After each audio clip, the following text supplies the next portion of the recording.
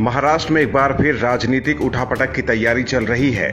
महाविकास आघाड़ी गठबंधन में शामिल शिवसेना का कांग्रेस और एनसीपी से मोह भंग हो गया है। वैसे तो जब से महाराष्ट्र में गठबंधन की सरकार बनी है, तीनों पार्टियों में खींचतान लगातार जारी है, लेकिन अब ऐसा लग रहा है कि वो समय आ गया है जब गठबंधन में महाफूट पड़ने वाली है।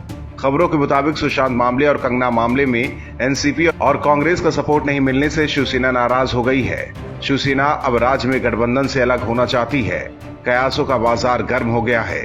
बीते दिनों शिवसेना सांसद संजय राउत और महाराष्ट्र के पूर्व सीएम और बीजेपी नेता देवेंद्र फडणवीस की सियासी मुलाकात हुई।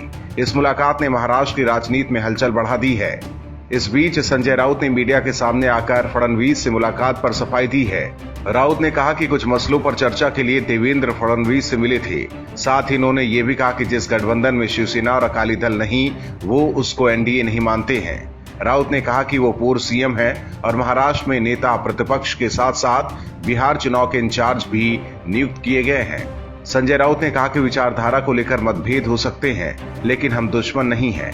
फडणवीस से मुलाकात और अकाली दल के एनडीए से अलग होने पर संजय राउत ने कहा, एनडीए के मजबूत स्तंभ शिवसेना और अकाली दल थे। शिवसेना को मजबूरन एनडीए से बाहर निकलना पड़ा, अब अकाली दल निकल गया।